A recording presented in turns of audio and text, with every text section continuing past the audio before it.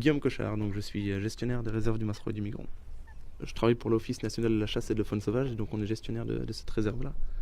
Donc on va aussi bien faire des dénombrements d'oiseaux qu'entretenir le milieu. Donc pour ça on est obligé d'entretenir justement les zones humides. Et pour cela on fait du curage, on entretient les douves. Donc on fait appel à des entreprises pour qu'elles viennent justement curer à peu près 1 km de douves chaque année. Et puis à côté de ça on a aussi un troupeau de vaches nantaises. Donc c'est une race qui a failli disparaître. Et donc on a aussi ce rôle de conservation d'espèces patrimoniales. Et aujourd'hui donc elle est moins menacée. Mais on maintient cette espèce qu'elle est adaptée aux zones humides et du coup ça permet de maintenir les paysages ouverts. Donc là on est dans l'observatoire de la réserve du Massereau, donc un paysage vraiment de zone humide et puis entrecoupé d'un maillage bocagé, donc c'est vraiment plaisant. Aujourd'hui il pleut, comme souvent sur l'estuaire, donc le temps est assez changeant. Alors là devant nous on a donc les sarcelles d'hiver, les canards chippeaux, canards souchets, canards pilets.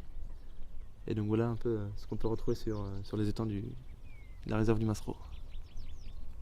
La période où je vais venir vraiment régulièrement sur le secteur, c'est en courant octobre, novembre, décembre, janvier, et février d'ailleurs, pour en fait faire des dénombrements de canards. Et donc là on compte à peu près tous les 10 jours, ce qui permet d'assurer une veille en fait au niveau des populations et de voir si elles se portent tout bien ou pas. Parce que si vraiment il y a une période de froid vraiment intense, et bien là on a des chiffres et des données qui nous permettent d'arrêter la chasse si vraiment il fait vraiment très froid. Là c'est vrai que c'est orienté canard, mais après si on arrive au printemps, là on va entendre justement d'autres cortèges d'oiseaux, notamment les passereaux paludicoles comme la gorge bleue, le frag midéjon, la rousserolle effarvate. Donc à chaque saison sa petite singularité, c'est vraiment très sympa.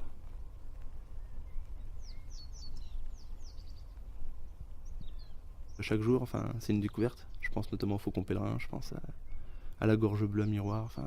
Il y a plein d'espèces comme ça vraiment particulières. Et à chaque fois, c'est un plaisir de les observer.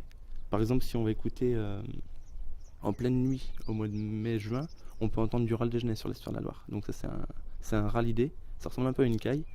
Et donc c'est une espèce qui est en voie de disparition. Et c'est un chant assez particulier. Et de nos jours, on n'en entend plus. C'est un métier où les oreilles sont vraiment importantes, parce qu'il y a peut-être des oiseaux que vous voyez jamais, mais vous entendez.